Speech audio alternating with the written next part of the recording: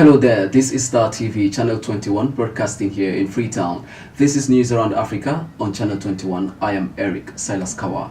Let's start in South Africa. South African fast-moving consumer goods sales, merchandising and distributors group, CA Sales Holdings, is the latest company to list at the 4 Africa Exchange or 4AX. The 40-year-old group represents several blue-chip FMCG companies in the 8 countries that it operates. The company says it looked around at what the current exchanges had on offer. They were attracted to the regulatory requirements in place at 4AX that appear to be less onerous, according to Frans Brits of CA Sales Holdings. I also think it's an exciting alternative exchange to list on. Everyone's so used to the JSE. We might actually attract more focus being listed on the 4AX. And we're also an unusual business because we operate in 8 countries in Southern Africa, which is the normal South African operation. The listing is in fact a private placement with no shares on offer to the public.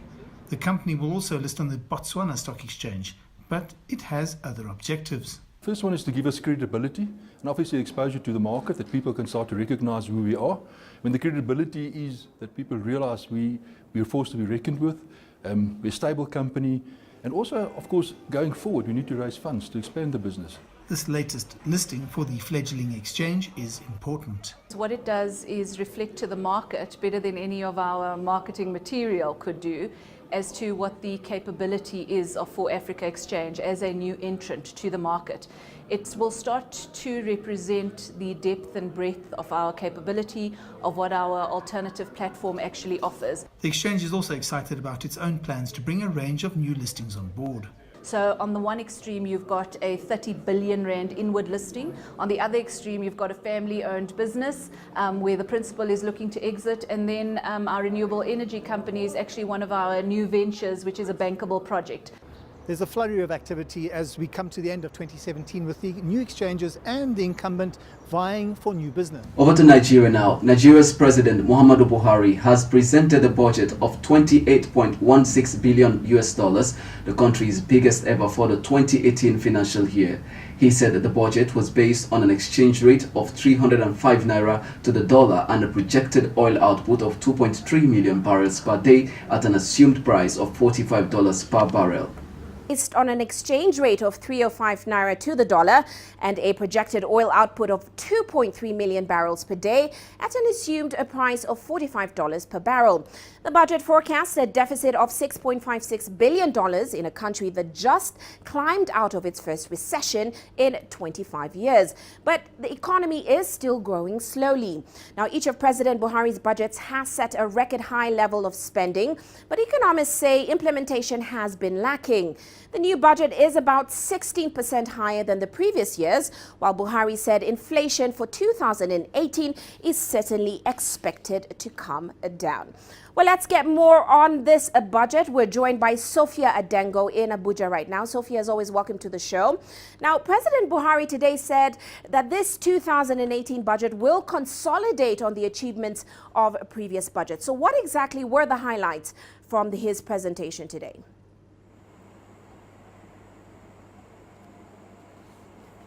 Well, Uche, as you've mentioned, Nigeria has set out its budget for 2018. Some of the major highlights is, of course, the 16% jump in the budget itself to about $28 billion, up from about 20 or so billion dollars in 2017. And that seems to be the impetus really for some of the members of the opposition parliament to really ask questions and dig deeper as to why there has been an expansion so large within a 12-month period. Also, major highlights is the president really noting the fact that unrest or agitation in the Niger Delta area, where petroleum is largely produced, really must be addressed in order to keep this momentum of having mended the economy that has been through a recession. Also touching on areas of inflation. You know, inflation was in double digits, almost up to 18% in the last 6 months, and now down to 14%, about 14% from what the budget reading has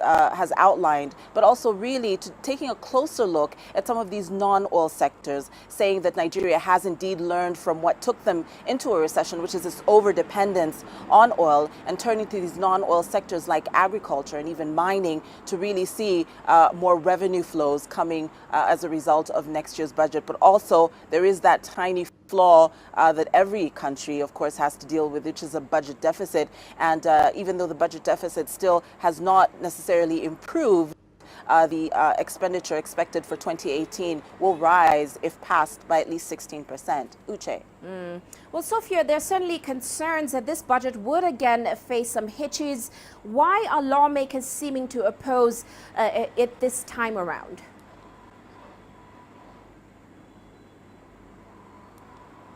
Well, Uche, when lawmakers came together in a joint session earlier this morning here in Abuja, there was some, booing and you could see audible reaction to the budget reading. Really, what lawmakers are saying is that there's not so much a sense of actually saying that a budget is being released, but really doing in terms of operation and really rolling out what the budget will stipulate. And a lot of that negativity stems from the 2017 budget, in which a lot of these constituencies did not receive or lagged behind in receiving a sense of attention with the various programs they have at the state level. So that's really where that negativity has come from. But although, lawmakers did come together, we're patient with hearing President Muhammadu Buhari out today. Of course, this is all around the poor implementation of the 2017 budget. So how did Buhari respond to this? What did he say about this today? Are they right about the poor record of the government in past budgets?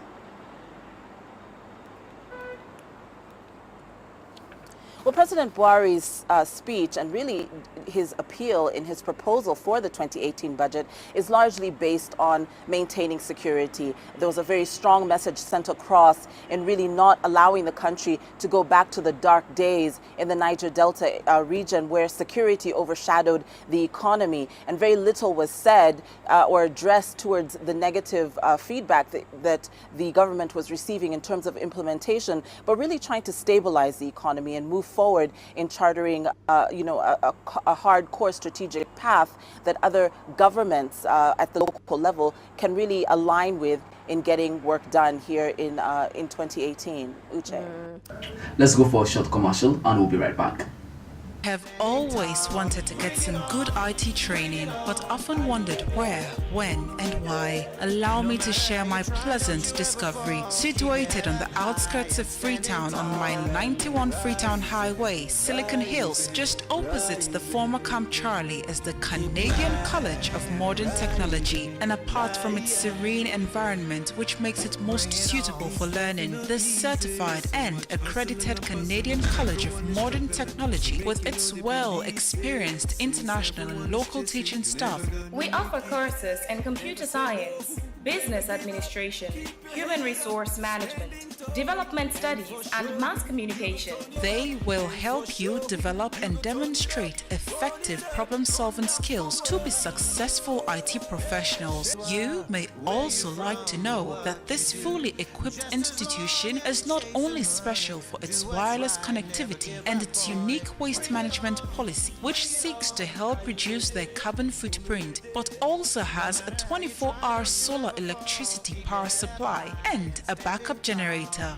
This highly secured campus also has a clinic, student hostels with clean running pipe-borne water, a canteen, and state-of-the-art learning facilities to make learning a good experience. Enrollment for 2016 starts right away. And here's a little secret. For the year 2016 and 2017, all registered students who meet all financial obligations will be provided with personal laptops to help them with their studies. So hurry now and get your application forms or contact them on these numbers: 079 630 407 or 099 140 208 or 025 343 175. The Canadian College of Modern Technology, where knowledge and hard work are the ultimate. Canadian College of Modern Technology is the Keep it high. Welcome back. You're still watching news around Africa, coming to you on Channel 21. I am Eric Silas Kawa. Let's take our next story. In Uganda, doctors have downed tools in a wage protest after the government failed to meet their demands. Public hospitals have been paralyzed with queues stretching out the doors. The doctors are demanding higher wages and improved working conditions. Hospital waiting hours are long and tiring. They can be draining for pregnant mothers here for antenatal visits. These are the scenes in many public hospitals in Uganda. There aren't enough doctors and nurses to attend to the big numbers of patients. And there's also a lack of medical equipment here too. I was called in the night by the intern doctors that hey, we have a mother referral from another health center with a ruptured uterus. I go in trying to save her, power blackouts, generator delays to start because sometimes there is no fuel, they have to mobilize for fuel. So I go in trying to save this mother. Everywhere is a pool of blood. I ended up pricking myself. This mother is HIV positive. Right now, as I speak, I'm taking ARVs and I'm taking them on an empty stomach. I've not got salary for 2 months. Look at the kind of conditions we are working in. Doctors say they are working too hard and paid too little. A medical doctor in Uganda earns about $400 a month. They are now demanding a monthly pay rise of around $1,000 more. In a list of demands to the government, doctors have listed enhanced allowances including overtime work, housing, transport and medical risks. The conditions in Uganda have forced many doctors to seek employment abroad. The government has promised to improve conditions. I would advise that the industrial action that has already been called be suspended. Uganda's President Yoweri Museveni has warned the doctors against continuing with the strike, threatening them with arrest. But doctors say they will not bow down to these threats until their demands are met. But that could have a serious impact on patients. For now, doctors say they will only handle accidents and emergency cases. But if the Ugandan government does not step in to improve working conditions in the next week. In Somalia, the African Union envoy to Somalia has announced that the UN mission in Somalia, AMISOM, has begun its much-awaited troop pullout. Francisco Madera made the announcement as the country plans to carry out a large-scale military offensive against Al-Shabaab. A resurgent Al-Shabaab has been staging lethal attacks in the Horn of African nation in the recent past. On the outskirts of Mogadishu, hundreds of heavily armed African Union troops on the march to flush out militants from their strongholds in Lower Shabelle region. Al-Shabaab remains active in this rich agricultural region that's long regarded for years as the epicenter of the conflict in the country. And with the onset of the rainy season, Ugandan soldiers and AMISOM are planning to extend their grip by taking the fight right to the militant doorsteps. We must send a clear message to Al-Shabaab wherever they are. So we cannot allow them to come back and sneak into Afogoi, sneak into Balad, Baghdad, Elisha Bay, Erafore, and begin to cause havoc. It's the second biggest military build-up being witnessed in the East African nation. Thousands of Ethiopian troops recently crossed the border into Somalia to help boost AMISOM activities, just days after Somalia's president declared a state of war. Meanwhile, in Mogadishu, African Union made its biggest announcement in years. Its 22,000-strong mission has begun a drawdown of troops from the country. AMISOM has begun its drawdown from Somalia and will have its troops numbers reduced by 1,000 by 31st December 2017. These reductions will be implemented in all sectors in accordance with the UN Security Council Resolution 2372 of the 30th of August. Mogadishu is yet to comment following this latest announcement by the African Union. Somalia's President Mohamed Abdullahi Farmajo hopes to eliminate Al-Shabaab within 2 years. Experts, however, warn against the hasty exit by the African Union force AMISOM, warning that it risks undermining any recent security gains made on the ground. Uganda, Ethiopia, Burundi, Kenya and Djibouti form the bulk of the multinational peacekeeping force first deployed to the country in 2007 to end an armed insurgency that's now entered its 10th year. It has extended Mogadishu's control across the country, but leaves behind a militant group now ranked the deadliest in the continent. And I think Al-Shabaab are the worst enemy in this country, in Somalia, and they are the deadliest enemy in mankind. So when Somali government are not come to the point where they defend their authority and they showing to Somali society and other countries that are involved in Somalia, they're going to do something about it. That is not there. And that given a huge space to Al-Shabaab. Mogadishu recently acknowledged that its forces cannot go it alone. For now, this new Turkish military base remains its main source of hope. But analysts suggest that it will require Somalia several years to produce a competent army enough to secure the country's borders and put an end to the threats posed by terrorist groups. Let's take a short commercial break. We'll be right back. The best investment in a child's life is education, as it educates and prepares the child for the future. But having that in a very conducive atmosphere is one thing that every child yearns for. At Nyakom Nursery Preparatory and High School, situated at number 5 Bauma of Femitono Drive, Godrich, your child's future is guaranteed. At Nyakom, we admit pupils from nursery to SSS4. Striving for excellence is one of Nyakom's mission, and that is accomplished through our conducive learning environment that comes in a fenced compound, a one-to-one seating accommodation, trained and qualified teachers, guidance and counseling units, plus a spacious playing ground which affirms the saying, all work and no play makes Jack a dull boy. At Nyakom, recreational facilities are available for your child's relaxation and learning, like basket and volleyball courts, DSTV facility, fully equipped computer and science labs with bus services ensuring their pupils are picked up and dropped to and from school, thus guaranteeing their safety. Make haste and have your child or ward admitted into Nyakom Nursery Preparatory and High School, which is situated at number 5 Bauma of Femitono Drive, Godrich, as admission for the academic year 2017 and 2018 has commenced. Education is the key, remember. Welcome back. News around Africa still continues. Zimbabwe's Vice President Mnangagwa's sacking has elicited mixed reactions from the country's citizens. Here are some of the views. Personally, I think